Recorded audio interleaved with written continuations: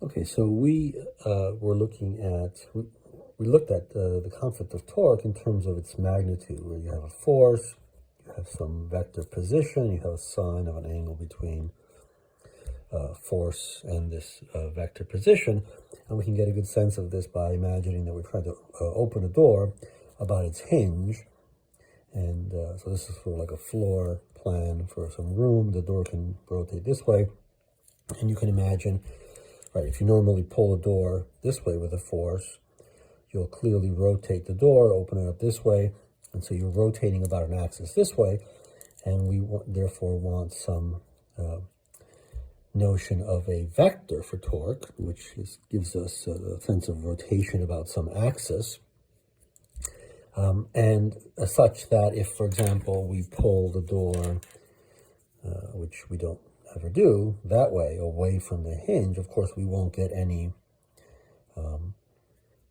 torque. We won't be able to rotate it, and that has to do with this angle being 180 degrees. The sine of 180 gives us 0. Of course, if I pushed into the hinge that way with a force, it's the same thing. In that case, the angle would be 0.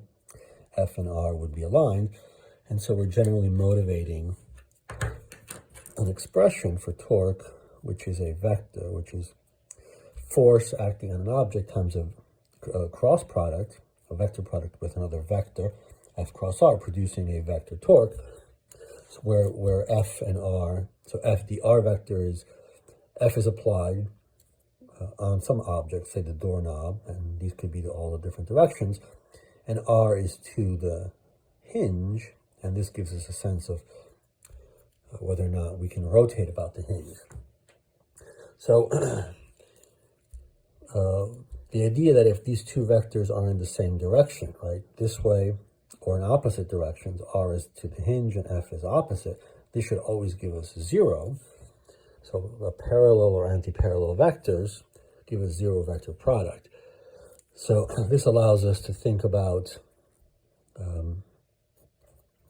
what torques change, and to do that, we want the vector version of the torque, not just the magnitude. So we know that by Newton's second law, F is equal to dp by dt, where p is the momentum, but we can also write this as a time derivative of p cross r.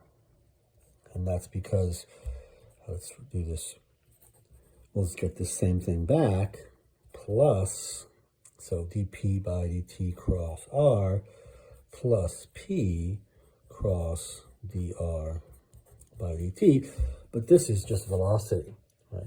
So this is velocity, and this is just velocity up to a mass. So these two vectors are in the same direction, and we're doing the cross product, so they give us a 0. So this thing goes away, and so we can say that the torque is simply equal to the time derivative, as we did here, of p